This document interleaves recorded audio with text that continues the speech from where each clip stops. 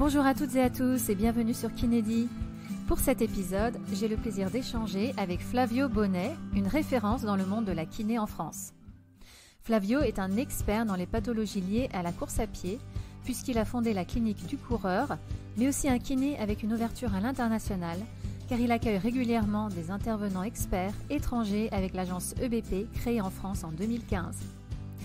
Flavio va nous parler des blessures typiques liées à la course à pied, des conseils à donner à nos patients qui veulent commencer la course ou faire un marathon, et il va aussi aborder des cas concrets dont des pathologies de la bandelette iliotibiale et le syndrome des loges antérieures. Puis avec Flavio, on a parlé de l'EBP et de sa place dans la pratique de la kiné aujourd'hui, mais aussi de ce qu'on a à apprendre des autres pays en kinésithérapie et de sa vision pour la kiné du futur. Enfin, Flavio nous parle des rencontres qui l'ont marqué, ainsi que des références qu'il recommande à tous ceux qui veulent en savoir plus en musculo-squelettique. Je pense que vous allez savourer cet épisode avec Flavio. En tout cas, pour ma part, c'était un vrai plaisir d'échanger avec lui, car il partage sans retenue toutes ses connaissances et tout ça avec le sourire et beaucoup de simplicité et d'humilité. Bref, Flavio, c'est un kiné passionné qui nous inspire et nous motive à améliorer notre pratique chaque jour. Si l'épisode vous plaît, n'hésitez pas à le partager et à me laisser un avis sur votre plateforme d'écoute. Ça m'aidera à continuer à vous proposer du contenu intéressant avec des invités passionnants toutes les semaines. Merci et bonne écoute. Salut Flavio. Salut Gabriel. Tu vas bien? Ça va super et toi? Très bien, merci beaucoup d'avoir pris le temps dans ton emploi du temps bien chargé. Merci pour l'invitation. Eh bien, écoute, donc Flavio, pour ceux qui ne te connaissent pas, même si beaucoup déjà te connaissent, tu es diplômé de l'école de kiné de Grenoble depuis 2010, si c'est bien ça. Oui, c'est ça. Ensuite, tu as fait un Master 2 en recherche en STAPS. Oui. Et après, tu es parti au Canada pour faire ton stage. Oui, je suis parti 6 mois dans l'Ouest canadien. Ouais, donc tu as appris l'anglais, tu as rencontré des chercheurs en kiné, dans le monde de la kiné. Exactement. Tu vas nous en parler tout à l'heure. Et donc après, tu es rentré en France, tu as monté ton cabinet qui se trouve en bas de la rue Mouffetard à Paris dans le 5e arrondissement. Oui.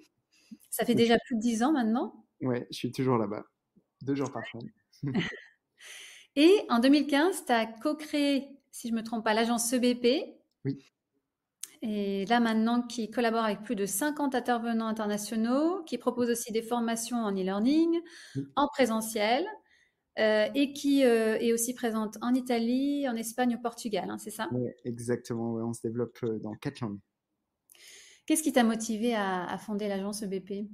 Ce qui m'a motivé, c'est que je voulais, après le diplôme, je voulais vraiment écouter des chercheurs cliniciens-chercheurs qui ne passaient pas en France et qui étaient souvent dans des pays anglo-saxons, des gens qui publiaient beaucoup, etc., qui m'intriguaient beaucoup, qui étaient vraiment des références de qui j'étais fan et de qui je suis toujours fan d'ailleurs.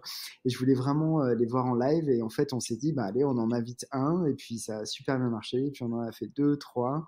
Puis maintenant, comme tu disais, on collabore avec une 50aine de personnes dans 11 pays différents. Et c'est hyper chouette cette diversité, ce niveau en fait qui est stratosphérique quoi. C'est hyper inspirant, motivant et voilà, ça fait du bien quoi. Oui, et oui. D'ailleurs, tu parlais de fans. Tu étais fan de qui? C'était qui le premier intervenant que tu as invité? Ouais, l'un des premiers qu'on a fait venir et le premier qu'on a fait en e-learning, c'est Marc Laslett. C'est probablement mon plus grand mentor. C'est vraiment quelqu'un qui a un parcours hyper intéressant, là, qui a plus de 70 ans, qui pratique toujours, qui est toujours hyper motivé pour enseigner, traverser le monde pour venir enseigner ce qu'il fait. Et c'est, voilà, pour moi, ça a été l'une des personnes qui m'a le plus marqué, mais Chad Cook aussi beaucoup, Joe Gibson sur l'épaule, Mike Stewart, ce qui m'a vraiment fait comprendre ce qu'était la douleur chronique et comment la traiter, du moins comment contribuer en tant que kiné. C'est vraiment, voilà, ça fait partie parmi tant d'autres de gens qui m'ont inspiré et motivé. Ah, super, oui, c'est des bonnes références, oui, en effet. Mm-hmm. Et au tout début, l'agence EBP, donc quand tu as invité tous ces intervenants anglo-saxons, hein, Oui. comment ça a pris? Comment tu as trouvé des participants? Parce que j'imagine qu'il y a la barrière de la langue. Oui, bien sûr. Alors, en fait, au début, ben, ce qu'on faisait, enfin moi, ce que je fais depuis quasiment 10 ans maintenant, c'est la vulgarisation de la science sur les réseaux sociaux. Donc, en fait, avec l'agence, on publie un post par jour. Et la plupart du temps, ce sont des posts de science, c'est-à-dire qui synthétisent un article scientifique assez récent pour voilà, maintenir la connaissance des gens le plus à jour possible. Et il y a des gens qui ont commencé à nous suivre. Et puis, quand on a commencé à lancer des cours, il y a eu des kinés qui nous ont fait confiance très tôt, très vite, et qui ont trouvé beaucoup de valeur dans voilà, dans ce qu'on proposait et qui nous suivent toujours encore. Et c'est ce qui fait que l'agence, maintenant, on vient de passer notre 10 millième participant. Donc, il y a 10 000 personnes qui ont fait soit un cours, soit un e-learning de l'agence. Euh, donc, c'est vraiment, vraiment chouette. Et écoute, ouais, il y a eu les courses se remplissent très vite. On a beaucoup de chance. Les intervenants viennent 2 à 3 fois par an avec nous, donc il y a peu de chances de les voir. C'est des gens qui sont très sollicités à l'international, donc voilà, il y a peu de dispo. Et tous nos cours en fait sont traduits en français. En fait, en France, on parle pas très bien anglais en général, pardon. Et en fait, tous nos cours sont traduits en direct par un kiné, un ou une kiné, en live dans le cours. Donc en fait, il y a plus de barrière de la langue en fait. Donc c'est ça qui a fait que les gens nous ont fait confiance aussi par rapport à ces orateurs anglo-saxons. Oui, oui, oui, c'est super, Voilà. oui. Mm. On va en reparler un petit peu de ces intervenants, surtout des modes de pratique à l'étranger. Mm. Et avec l'agence EBP, donc, tu as aussi, presque en même temps, il me semble, hein, Mm. cofondé la clinique du coureur. Oui, exactement. Ouais. On a fondé la filiale française, plus exactement en France. En fait, la Clinique du Coureur, c'est un organisme de formation québécois que j'ai rejoint moi en 2015, tout début, fin 2014, début 2015. Et Blaise, le président de la Clinique du Coureur, le fondateur, m'avait demandé si je souhaitais développer la Clinique du Coureur en France. Donc en 2015, je l'ai assisté sur des cours et je suis devenu enseignant principal en 2017. Et en 2017, on a lancé la filiale en France, vraiment, donc l'entité France. Et voilà, maintenant, pareil, je donne pas mal de formations avec la clinique du coureur en France et dans les régions francophones. Voilà. Mhm, mhm. Donc, pour l'instant, la France, mais peut-être après les autres pays. Alors, la Clinique du Corps a déjà d'autres branches dans les autres pays, en Italie notamment, en Espagne, et se développe un petit peu en Amérique du Nord, évidemment. Mais je suis pas du tout impliqué dans ces branches-là. Ok, Ouais. d'accord. Est-ce que toi-même, tu cours? Oui, ouais, moi je cours 1 à 2 fois par semaine et je fais de la muscu 2 à 3 fois par semaine en salle. J'aime bien cette activité mixte. J'ai pas un gros niveau en course à pied, mais j'adore courir. Je pourrais pas m'en passer. Et puis j'aime bien dire que on est toujours le bof de quelqu'un. J'aime bien cette expression-là. Euh, Moi, comme tu sais, j'ai une activité pro qui est très très intense, très dense, dans laquelle je m'éclate. Et c'est vrai que le sport n'est pas ma top priorité. J'en ai besoin. Je m'entraîne au moins 3 à 4 fois par semaine, mais j'ai pas un gros niveau. Et je suis beaucoup trop souvent au resto pour être sec. Donc donc j'en fais parce que j'adore ça depuis toujours. Mais voilà, je suis pas très regardant sur voilà la rigueur qu'il faut à côté quoi. T'es un bon vivant, on peut dire. Je suis un épicurien, ouais, je suis un très bon Voilà, gourmand. Moi j'aime bien la phrase aussi, moi, s'entraîner plus pour manger plus. là, c'est ça. Ce genre de choses-là. Voilà, je suis pas à me faire la peau sur la bouffe, à pas boire d'alcool, etc. Je suis un bon vivant et j'aime bien cet équilibre-là. Mhm. Euh, donc voilà. Alors, pour parler un petit peu des blessures typiques, j'ai envie de dire, en course à pied, Ouais. pour ceux qui connaissent pas, est-ce que tu peux faire un petit résumé de ce que tu vois le plus souvent, toi, en cabinet? Ouais, clairement. Ce qu'on voit en fait au cabinet, c'est des blessures qu'on dit de surutilisation en course à pied. Donc, t'as pas eu de traumatisme, tu vois, comme une entorse ou une chute ou un truc comme ça. C'est des gens qui courent et qui développent des douleurs. Donc, en course à pied, tu vas faire entre 150 et 190 pas par minute en général. Et donc, c'est un sport très répétitif avec beaucoup de contraintes mécaniques. On estime que le corps prend à peu près 2 à 3 fois le poids du corps à chaque appui, jusqu'à 6 à 7 fois le poids du corps au niveau du solaire. Donc, il y a beaucoup de contraintes pendant la course. Et ça blesse certains tissus. Des os, cartilages, tendons, muscles, etc. Et donc au cabinet, on voit des pathologies telles que le syndrome de bandelette iliotibiale, le syndrome rotulien, toutes les tendinopathies d'Achille, d'aponevrosite, aponévrose plantaire, tibiale postérieure, etc. Voilà, c'est ce qu'on va voir principalement au cabinet. Et moi, les coureurs représentent 50% de mes patients aujourd'hui et j'ai 80% de kinés du sport, donc avec d'autres sports de tout niveau, hein, qui vont du débutant à l'athlète professionnel que je suis, soit en téléconsultation parfois, soit au cabinet. Et derrière, j'ai un peu de douleur chronique aussi, 20% à peu près. Douleur pas forcément chronique, surtout rachidienne et parfois chronique, mais parfois aiguë aussi. Ok. Selon toi, c'est quoi le plus important quand on veut commencer la course à pied? Les 3 choses, j'ai envie de dire, les plus importantes auxquelles il faut penser. Ouais. Numéro 1, commencer très progressivement par une alternance de marche-course à faible vitesse. C'est littéralement courir quelques minutes, marcher 1 minute, recourir, marcher et faire une alternance comme ça et augmenter très graduellement les portions courues. Ça, c'est la notion de progressivité qui est vraiment essentielle quand on démarre la course. Ensuite, un petit conseil qui est important, c'est de courir peu mais souvent. C'est-à-dire qu'il vaut mieux faire 3 fois par semaine peu plutôt qu'une fois beaucoup. Ça, c'est hyper important à comprendre aussi. Oui, le temps que les tissus s'adaptent. Voilà, exactement, et que la dose soit pas trop importante. Et ensuite, il y a la notion de cadence qui est très important. C'est le nombre de pas qu'on fait par minute. C'est généralement recommandé dans de la course de fond d'être au-dessus de 170 pas par minute, indépendamment de l'allure. C'est très important de faire la différence entre l'allure et la cadence. Ce sont 2 paramètres qui sont indépendants en course à pied. Tu peux tout à fait avoir une haute cadence à faible vitesse, et inversement d'ailleurs. Mais c'est recommandé en course à pied de fond d'être au-dessus de 170 pas par minute. Comment est-ce qu'on peut calculer ça? Ouais, alors c'est avec une petite appli qui s'appelle Tap That Tempo sur les App Store, où en fait tu tapotes sur une appli et tu peux calculer la cadence qu'a ton patient et tu peux la monitorer avec un métronome simplement, où tu vas le mettre à 170, 175 ou 180, en fonction de ce que tu jugeras de pertinent, et ton patient doit se caler sur le rythme. Okay. Donc ça te permet donc à la fois d'évaluer puis de recommander une cadence particulière, mais bien entendu il y a les montres connectées qui le font aussi très bien et de façon relativement fiable de mesurer ta cadence.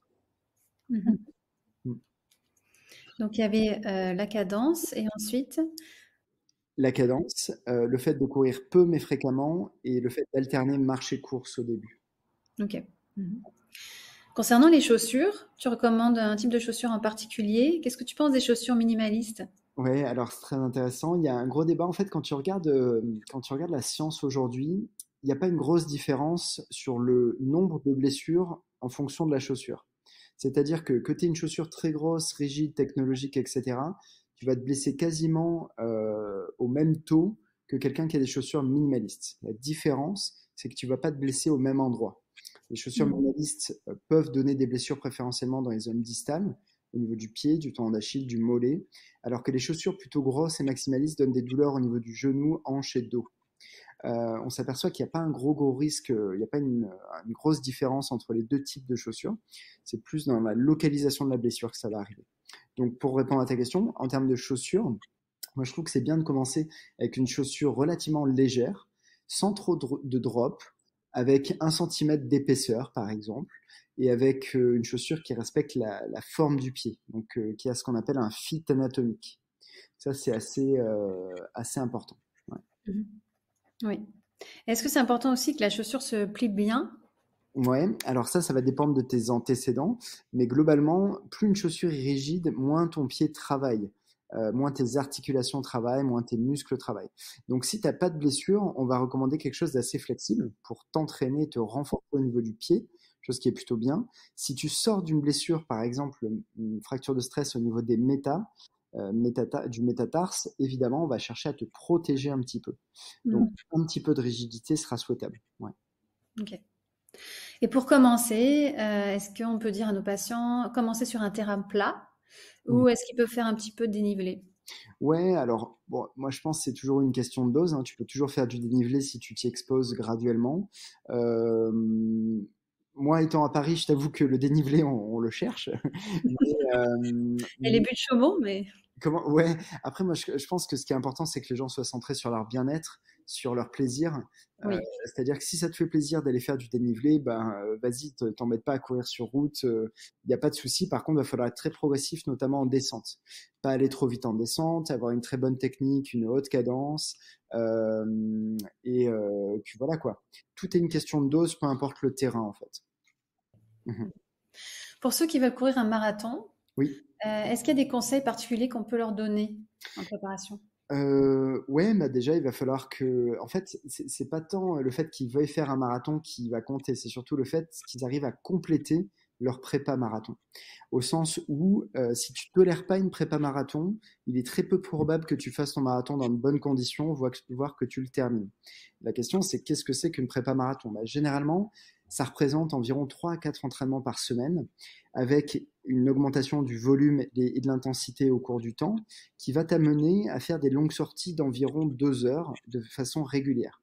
Si tu n'arrives pas à tolérer une longue sortie de 2 heures en fin de semaine régulière avec un ou deux fractionnés, et pourquoi pas une autre sortie de course ou une de séances de renfort, il est probable que tu termines pas ton marathon dans de bonnes conditions.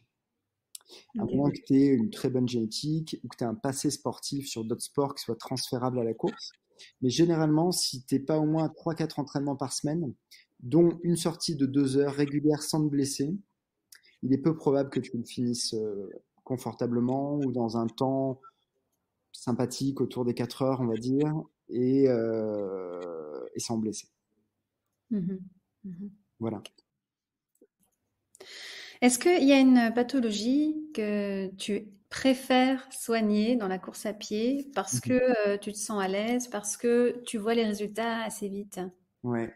Je t'avoue que il y a tout qui m'intéresse, mais ce qui me challenge le plus dernièrement, ce sont les 4 bandelettes iliotibiales un peu récalcitrants, un peu difficiles, qui ont déjà vu parfois j'allais dire des dizaines, une dizaine de professionnels de santé en échec. Ce qui m'intéresse, c'est d'aller chercher le diagnostic différentiel derrière ça, parce que souvent, c'est pas une bandelette classique. Donc ça m'intéresse pas mal. Tous les cas de lombalgie aussi un peu persistants m'intéressent beaucoup. Et Oui. puis ce qui est assez chouette à traiter, qui va très vite pour le coup, c'est le syndrome d'éloge antérieur chez notamment les débutants en course à pied, qui peut vraiment changer rapidement la donne et de façon durable. Donc ça, c'est chouette. Ouais.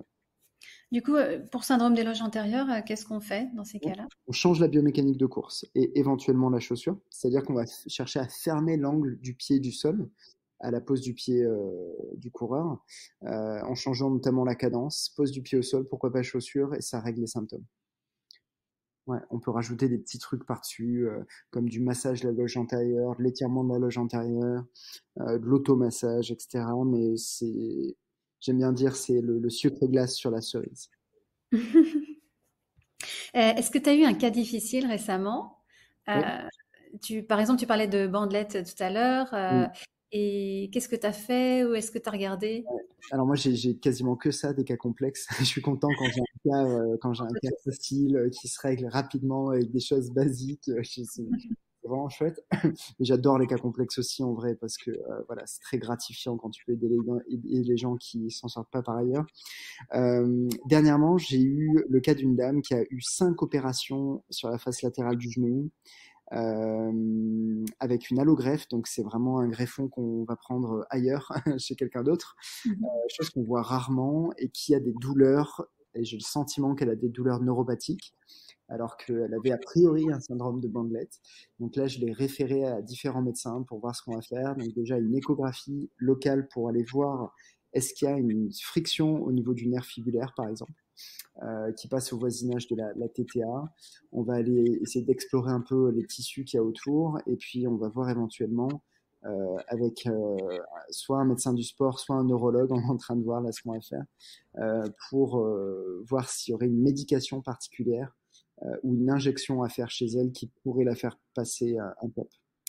Donc voilà, tu vois, pathologie assez complexe, Oui, ça peut opérer, voilà, en échec de traitement. Donc voilà, c'est le genre de choses que je peux voir régulièrement aujourd'hui. ça c'est une patiente qui faisait de la course à pied? Non, même pas spécialement. Enfin, aujourd'hui, non. Là, je sais plus. Je t'avoue que je l'ai plus en tête là comme ça. Il me semble pas, mais c'est une dame qui randonnait pas mal. Par contre, ouais. Ok. Ouais. Ah oui. Est-ce que, alors, on va parler un petit peu de l'EBP, hein. Donc, tu as posté récemment sur Instagram, donc tu parlais de l'EBP et aussi de l'avenir de la kiné, que l'EBP va se démocratiser aussi, hein, de plus en plus vite. Euh, Comment est-ce qu'on peut faire la part des choses donc, par rapport à l'EBP et le côté humain en tant que kiné? Et je pense aussi aux patients qui sont un peu kinésiophobes. Quelles sont les techniques qu'on peut mettre en avant, nous? Oui, alors je pense que c'est deux questions un petit peu différentes. Alors, rappelle-moi juste la première, excuse, donc le lien Oui, entre... le lien entre l'EBP et le côté humain. Oui, c'est ça. Alors, en Mm. fait, souvent, justement, la critique, c'est souvent de dire, enfin, on se voit souvent dire, oui, la science déshumanise, oui, mais vous traitez les gens comme des articles scientifiques, etc. Alors, pas du tout, mais alors pas du tout. Le truc, c'est que le principe de l'EBP, ça repose sur trois piliers, qui sont, un, à la fois la connaissance scientifique, deux, l'expérience et l'expertise du thérapeute, du patient, du médecin, enfin, du kiné, du médecin, du professionnel de santé, et trois, les attentes et les valeurs des patients. L'idée d'avoir une pratique EBP, c'est d'être à la jonction de ces trois dimensions-là. Donc à la fois bien connaître ce qui se dit dans la science, mettre ça en rapport avec notre expérience et notre expertise par rapport à tel ou tel sujet et voir un petit peu les attentes du patient. En fait, le fait de bien maîtriser la science doit quelque part aussi nous rendre conscients qu'on a un métier qui est très humain et que l'empathie, la communication, le toucher, le temps passé avec les gens est aussi thérapeutique. Et le truc, c'est que la difficulté, c'est d'intégrer à la fois des éléments très techniques et scientifiques, mais de conserver ce côté humain là.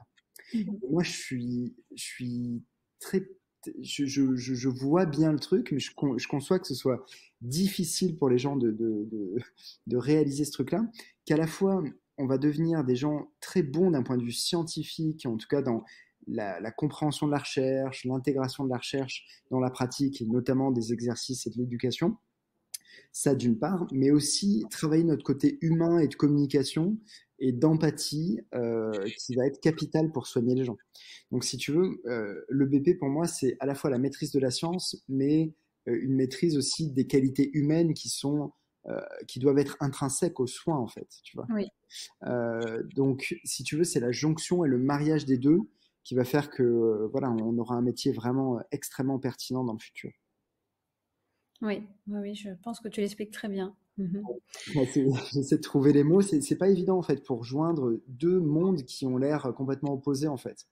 Oui, Tu vois, la science un peu dure, statistique, méthode, article, recherche, éthique, tu vois, le truc très carré, très scientifique, versus quelque chose de beaucoup plus presque artistique, relationnel, oui, communicationnel, non verbal parfois.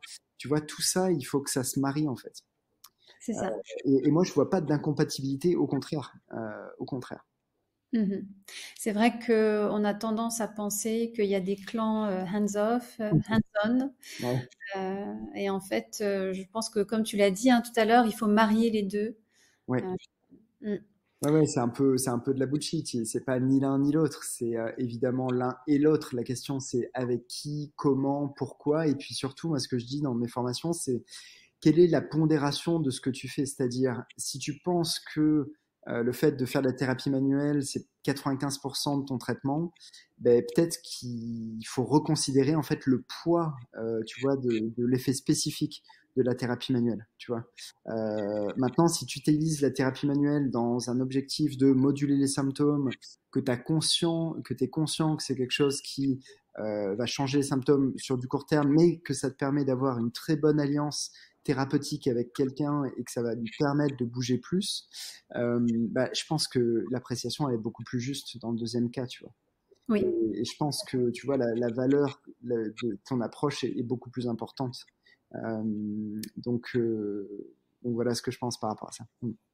Et c'est aussi au cas par cas, ça va dépendre beaucoup du patient Oui. en face de toi, oui. Oui, bien sûr, c'est d'où la troisième dimension dans le BP, hein, c'est-à-dire que tu as, les deux facteurs thérapeute et science, mais tu as l'aspect qui j'ai en face de moi.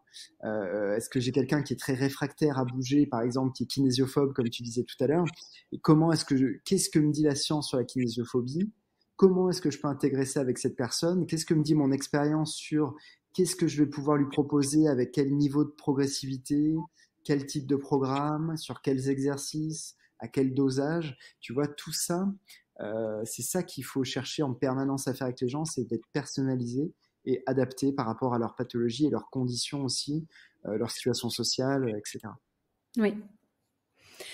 Oui, tout à fait, oui. Et c'est aussi le bon moment, je pense, qu'on trouve pour éduquer le patient. Peut-être pas l'affoler tout de suite dès le début en lui montrant plein d'exercices. Oui, par exemple. Mais attendre quelques séances, ouais.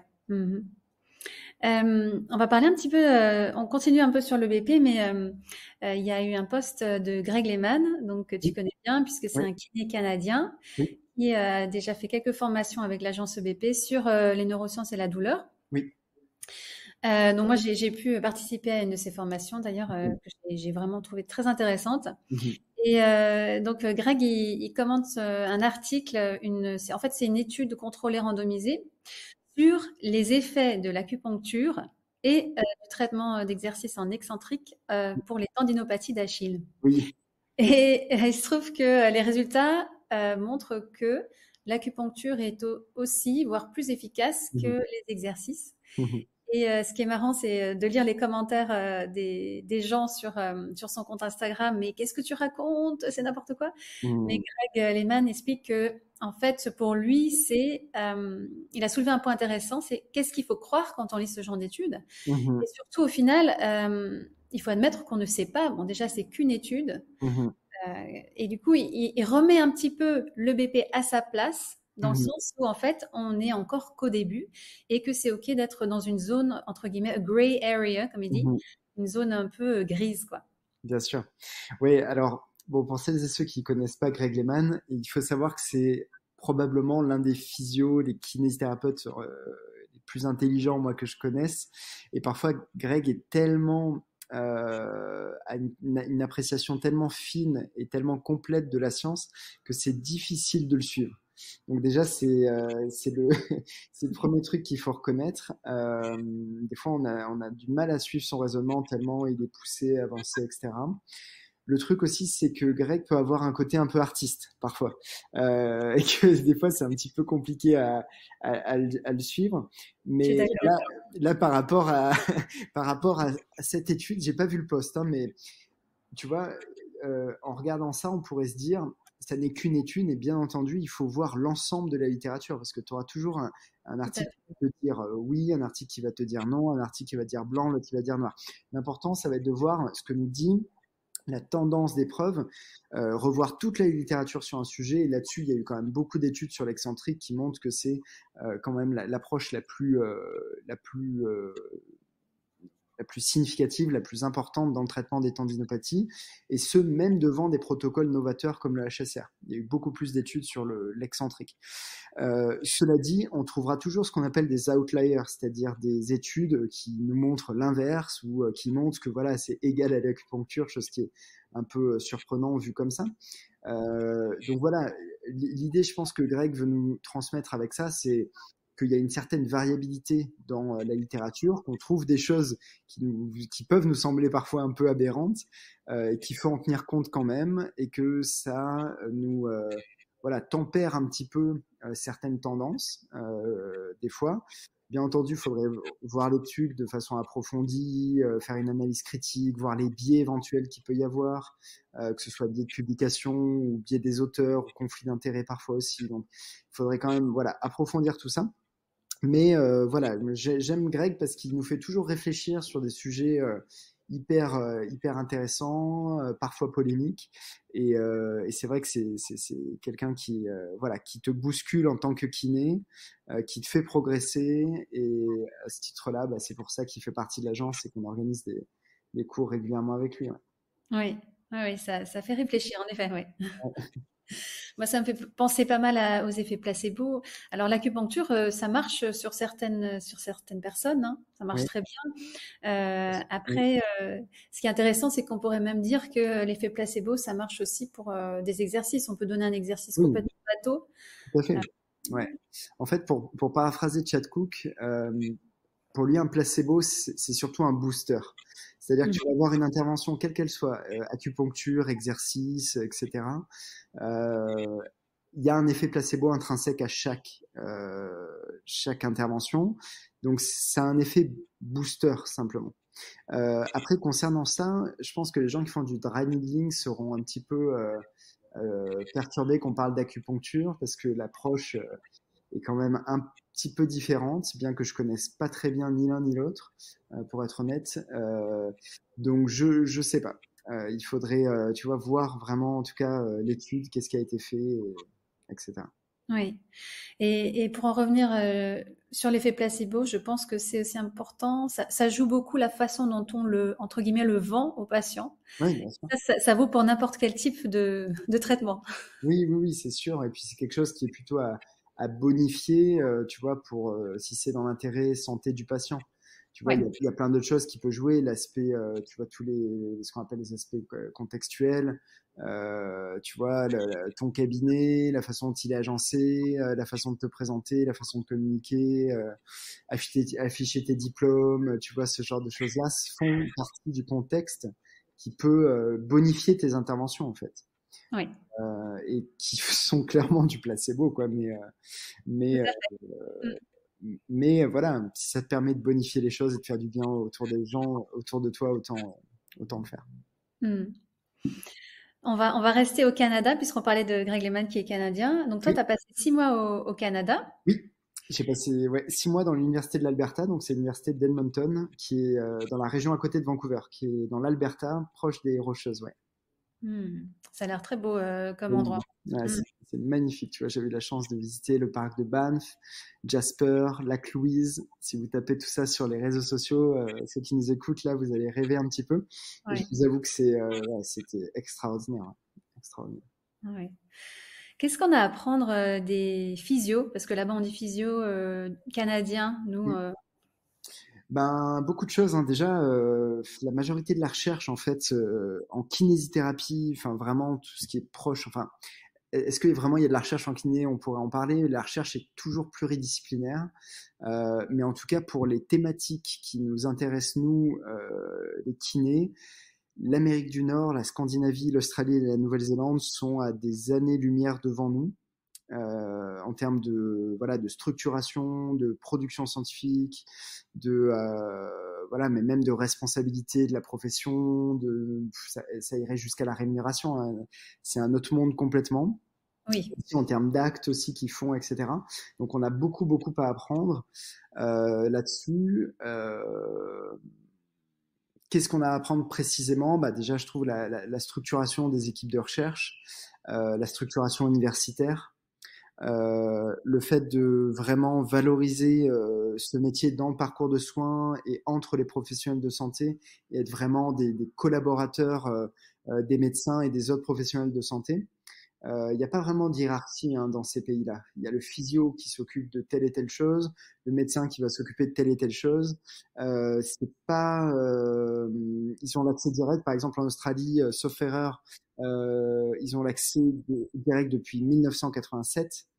Donc, c'est des gens qui ont une expérience cumulée qui est énorme dans le fait de recevoir des gens en première intention et dans le fait de voilà avoir réussi à valoriser leurs actes euh, à la valeur qu'ils méritent, quoi. Hmm. Est-ce que les soins kinés sont remboursés par la sécurité sociale au Canada, en Australie? Alors, on est extrêmement bien lotis en France. Pour te dire, en Espagne, Italie, les soins de kiné ne sont pas remboursés. Au Canada et en Amérique du Nord, ils ont des assurances qui permettent d'être remboursés. En Angleterre, tu as le service public, mais où tu as beaucoup d'attentes qui est pris en charge, mais voilà, tu as beaucoup d'attentes, c'est extrêmement compliqué. Par contre, tu as l'aspect privé, où tu peux te faire rembourser aussi par des assurances, mais qui est beaucoup plus cher. C'est un peu le même système, il me semble, en Australie, Nouvelle-Zélande. C'est des formes d'assurance, donc généralement, c'est plus cher que nos mutuelles. Mais ils remboursent de la kiné, et les séances de kiné sont nettement plus chères. Par exemple, au Canada, une évaluation, ça va être entre 150 et 200 dollars l'évaluation et le suivi autour de 80 dollars. À New York, par exemple, on a un collègue qui est à New York, ses séances, c'est autour de 400 dollars. Donc, Des 16,13 €, quoi. on est loin, ouais, on est extrêmement loin des 16,13 € en effet, même si là, il y a une revalorisation qui va être en cours, mais de quelques centimes, c'est vraiment déplorable. Et tu vois, moi, quand je discute avec des gens de l'étranger et que je leur dis on gagne 16 euros, ils entendent 60, donc 60, et, et ils me disent ah, mais c'est pas très bien payé. Je dis ah, non, non, mais c'est 16, 16, tu vois, euros. Et là, ils hallucinent Et complètement. là, il Et tombe les nues. Ouais. ouais, d'ailleurs, quand on reçoit des gens de Nouvelle-Zélande comme Marc Laslett, lui il me dit c'est marrant à chaque fois que je vais en France, j'ai l'impression que c'est les années 70-80 en Nouvelle-Zélande, quoi. Ouais. Euh, les techniques qui peuvent être parfois utilisées encore en France sont complètement obsolètes dans ces pays-là, quoi. Ouais, ouais. Après, pas tout le monde peut se payer 400 $ Oui, de bien kiné. sûr. Alors c'est ça le truc, c'est qu'en fait c'est culturellement très différent là-bas. C'est-à-dire qu'aux Voilà. États-Unis, les riches vont payer 400, mais ils vont recevoir les gens qui n'ont pas d'argent gratuitement. Il y a ce qu'on appelle le pro bono, c'est-à-dire que c'est culturel aux États-Unis d'avoir une partie de ton activité qui est faite gracieusement. Alors après, Hmm. le truc, la critique en France, c'est toujours de se dire, mais qui décide, comment, quand tu vois, en France, on est très mal à l'aise avec cette façon de fonctionner là. Chose que je cautionne pas forcément d'ailleurs, hein, c'est très difficile de se positionner par rapport à ça. C'est juste que culturellement, c'est très différent. Hmm. En France, on s'attend à ce que tu sois pris en charge par l'État, que la sécurité sociale te couvre si tu as un souci, mais que tout soit assez égal par ailleurs. Tu vois, Mhm. aux États-Unis, si tu as beaucoup d'argent, tu vas payer cher, et si tu n'as pas d'argent, euh, normalement, tu dois pouvoir trouver, je pense, dans certaines conditions, à te soigner gratuitement pour peu cher. Il y a des dispensaires, il y a des gens qui sont en privé qui reçoivent gratuitement ou avec des honoraires voilà, très faibles. Ouais. Mais évidemment, c'est à l'appréciation de la personne, quoi. Donc c'est quelque chose qui nous parle pas, nous, Européens, quoi. Non, non, non. Comme tu dis, c'est vraiment très culturel, hein. Ouais, ouais, ouais, ouais. C'est compliqué avec un diplôme français d'aller travailler dans ces pays-là. Oui, extrêmement, puisque c'est des gens qui sont très rigoureux sur l'immigration et qui n'acceptent que des gens dont ils ont besoin. Concrètement, hein, c'est ça, hein. Donc, si jamais vous voulez travailler en Amérique du Nord ou dans ces pays-là, concrètement, en tant que kiné français aujourd'hui, concrètement, il faut refaire votre parcours universitaire. Donc, au Canada, au Canada, c'est souvent un master physio, donc c'est 2 ans. 2 ans que tu dois refaire pour repasser ton diplôme concrètement et et pouvoir pratiquer là-bas. Hmm. Ouais. Il faut pas faire un PhD, ce qu'ils appellent un PhD, une thèse. Non, t'es pas obligé de faire un PhD. Un PhD, c'est vraiment si tu as envie de faire de la recherche. Euh, donc ça, c'est vraiment l'aspect, voilà, tu vas passer 3-4 ans dans un labo à faire des recherches, etc. T'as pas besoin d'avoir un PhD pour pratiquer. Par contre, aux États-Unis, maintenant, en effet, c'est le DPT qui fait référence. Donc c'est un programme de doctorat en kinésithérapie, donc Doctor of Physical Therapy. Et là, je sais plus combien d'années c'est, ça doit être au moins 6 maintenant. 6 ou plus, pour être DPT, et c'est le niveau de référence maintenant aux États-Unis. Ok. Il y a des variabilités un peu entre les États, mais globalement, ils tendent à ça, quoi. Flavio, comment tu vois l'avenir de la kiné en France dans les prochaines années? C'est une bonne question, hein, à la lumière de tout ça.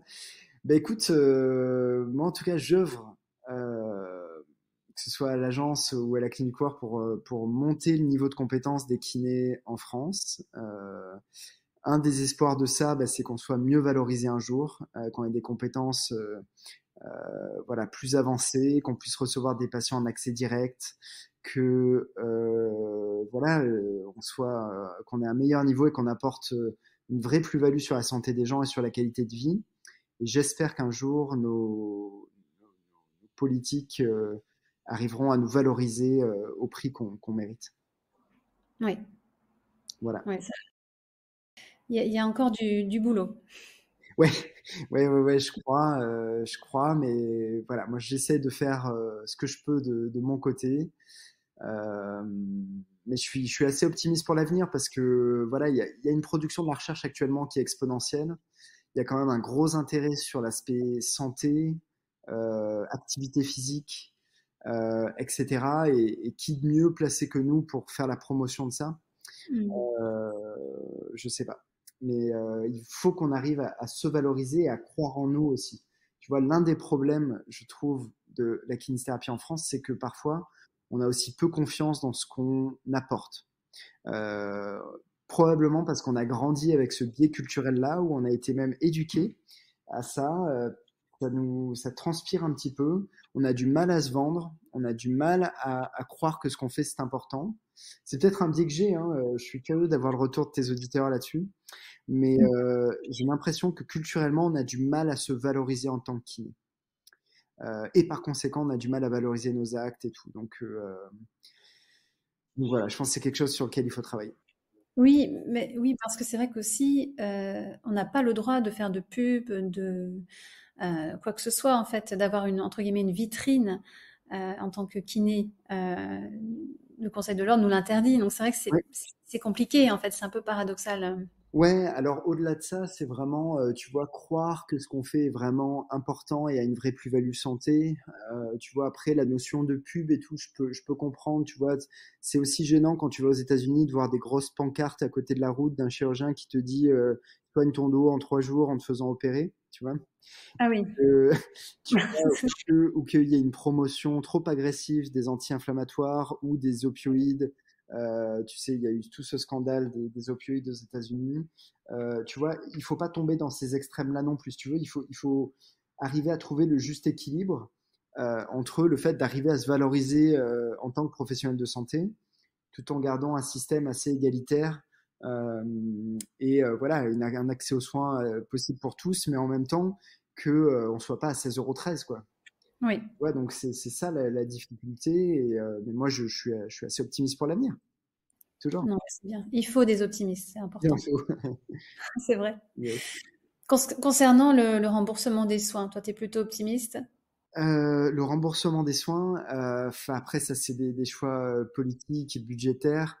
Tu veux dire, est-ce que la kiné doit être complètement remboursée ou pas? Ou Est-ce que la kiné en France va continuer d'être remboursée, continuer à en rembourser? partie aussi? Bah, moi, je l'espère, en tout cas, la majeure partie, oui.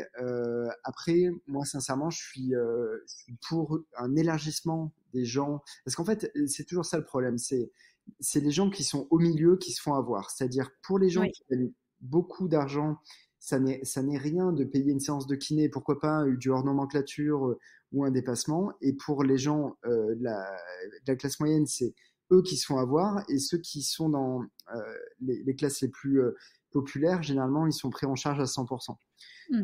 C'est ça qui est très difficile. Moi, je serais pour un élargissement des gens qui sont pris en charge à 100%, mais probablement un dépassement pour les gens qui sont au-dessus, tu vois, ou je sais pas, ou des honoraires plus élevés pour les gens qui gagnent plus, je sais pas.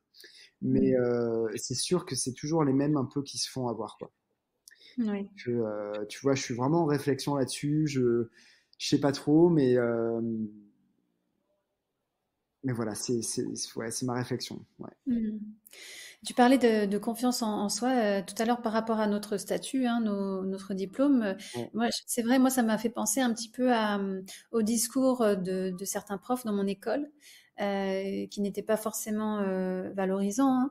Mhm. Mais aussi, je pense que il y a le côté culturel, mais je pense que c'est quelque chose qui pourrait être déjà distillé dans les écoles, euh, peut-être aussi à travers plus de pratiques, plus de stages, plus de cas concrets aussi, pour nous donner un petit peu plus voilà, de confiance en nous.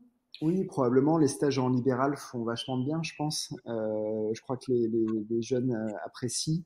Je pense qu'il faut en effet multiplier ce genre d'initiative-là et voilà, leur montrer que voilà, il faut être fier de ce qu'on fait.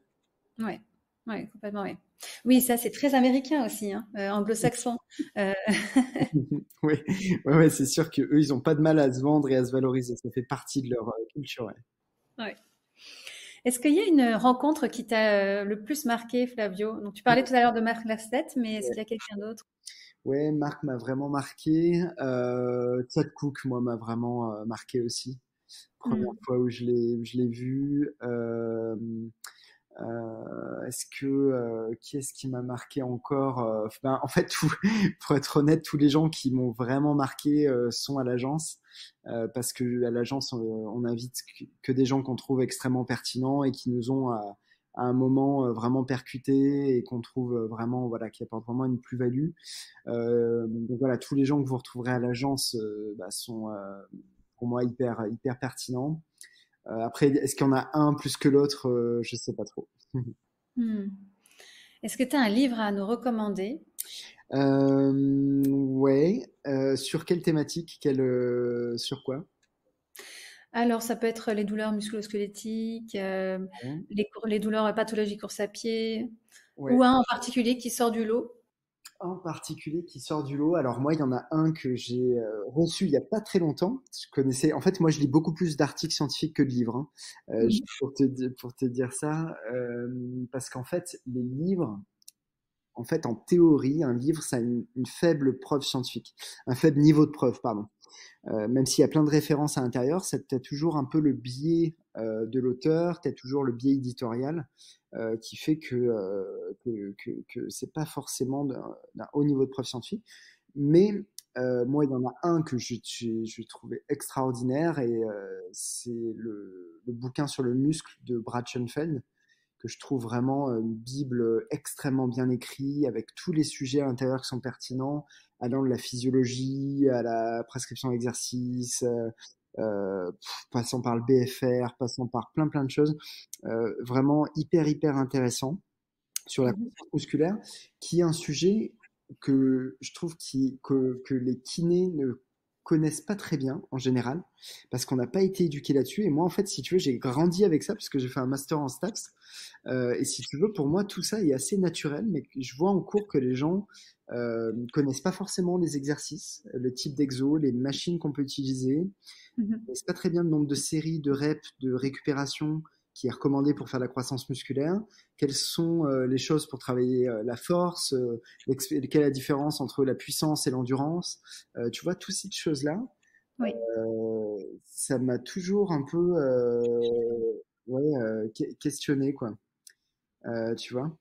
Euh, oui, oui, oui. je vois que les gens connaissent pas trop. Donc, ce bouquin-là qui s'appelle Science for the Development of Hypertrophy, c'est vraiment, vraiment hyper intéressant. Et puis, un peu plus kiné, enfin, un peu plus kiné. Ça, c'est un peu préparation physique kiné. Mais vraiment kiné, il y a le bouquin de Jeremy Lewis qui est une vraie bible. Euh, Mhm. donc, euh, donc voilà. Ok, de bonnes références alors. Ok. Ouais, ouais. Qu'est-ce que tu conseillerais pour un kiné qui s'installe en cabinet? Le matériel à acheter le plus important? Le matériel à acheter le plus important. Ouais, alors bah, évidemment une table de soins, bon ça tout le monde s'en doute. Moi, je vous recommande d'avoir un bureau dans votre table de soins avec le patient assis à côté. Je trouve que ça, c'est un rapport hyper chouette avec les gens. Ensuite, qu'est-ce qu'il y a d'autre? Bah, sur le plateau technique, moi, ce que je recommande, c'est un tapis de course si vous faites des coureurs, un vélo pour faire du cardio. Après, tout ce qui va être kettlebell, halter, je suis moins fan des élastiques, mais j'en ai quand même, bien sûr. Ensuite, j'aime bien les rack squats, bancs à développer couché. Si possible, leg extension, leg curl. Et éventuellement presse. Presse, poulie haute, poulie basse et un espalier. Et là, c'est le top. Ouais, là, c'est le top, là. Ouais, voilà. C'est à peu près ce qu'on a au cabinet. On n'a juste pas de presse. Après, en termes de matériel, on a le BFR et les ondes de choc qui sont les deux technologies, on va dire, pour moi, qui sont les plus pertinentes. Maintenant, ouais. C'est déjà pas mal, hein? C'est bien, hein, ça fait déjà un petit budget. Oui, en effet, oui, quand même. Ouais. Ça dépend quelle marque on prend, mais bon. Oui. Ouais. Comment toi, tu t'organises avec toutes tes casquettes différentes, kiné du cours, agence EBP, cabinet, formation? Ouais, c'est hyper intense. Donc, moi, le lundi, mardi, je suis au cabinet. Le reste du temps, je suis soit en télétravail pour l'agence EBP, soit je donne mes formations pour la clinique du coureur. Donc, en télétravail, c'est pas mal de réunions avec les gens, la plupart du temps en visio, où c'est de la création de contenu, de l'analyse scientifique, de la relation avec les speakers, voilà, globalement. Dernière question, Flavio, question très bateau. En une phrase, pour toi, c'est quoi un bon kiné? C'est quoi un bon kiné? Waouh, en une phrase, je dirais que c'est quelqu'un qui a beaucoup d'empathie et qui adore les relations sociales, tout en ayant une très bonne maîtrise du diagnostic et de la prescription d'exercice. Parfait. Voilà. Génial. Voilà. Écoute, je te remercie beaucoup.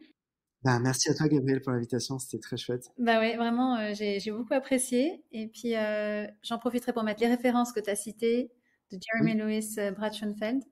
Yeah. Et puis, j'ai plus qu'à souhaiter une bonne fin de journée. Merci à toi et à très bientôt. À bientôt. Si cet épisode vous a plu, vous pouvez vous abonner sur Apple Podcast, laisser un avis et n'hésitez pas à le partager sur les réseaux sociaux.